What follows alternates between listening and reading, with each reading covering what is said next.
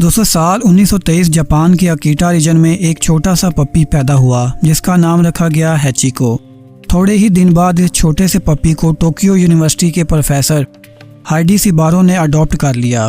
Professor Heidi सिबारो एक नरम मिजाज और इंटेलिजेंट इंसान थे जिन्हें अपने काम से भी प्यार था और अपने नए दोस्त हैचिको से भी।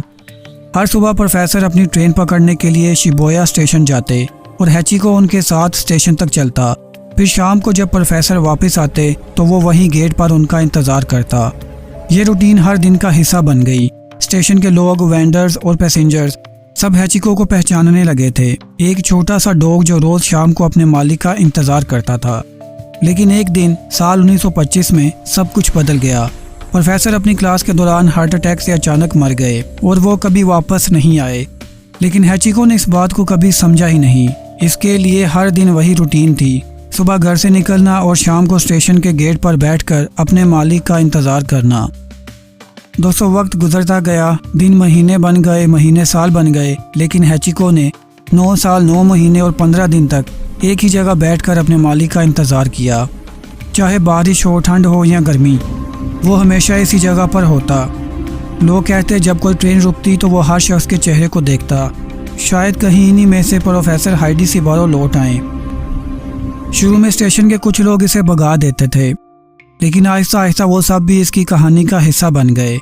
किसी ने इसे खाना देना शुरू कर दिया, किसी ने इसकी देखभाल की और आहिस्ता आहिस्ता हैचिको टोक्यो का लीजेंड बन गया। अखबारों में इसके आर्टिकल्स छपने लगे और लोग इसे चोकिन हैचिको कहने लगे, जिसका मतलब है फेथफुल डॉग हैचिको। साल 1935 में हैचिको ने अपनी आखिरी सांस ली और उस दिन शिबुया स्टेशन के आसपास हर आंख नम थी। इसका बॉडी इसी स्टेशन के पास रखा गया जहां ये सालों तक बैठकर इंतज़ार करता रहा।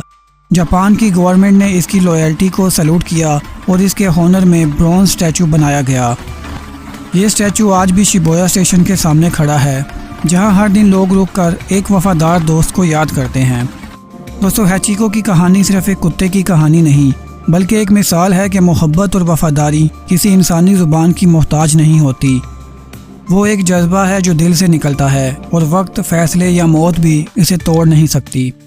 आज भी जब शिबुया स्टेशन पर कोई ट्रेन रुकती है तो लोग महसूस करते हैं जैसे हैचिको कहीं आसपास ही बैठा हो, अपने मालिक का इंतज़ार करते हुए। दोस्तों आपको हैचिको की ये कहानी कैसी लगी कमेंट बॉक्स में ज़रूर बताएं।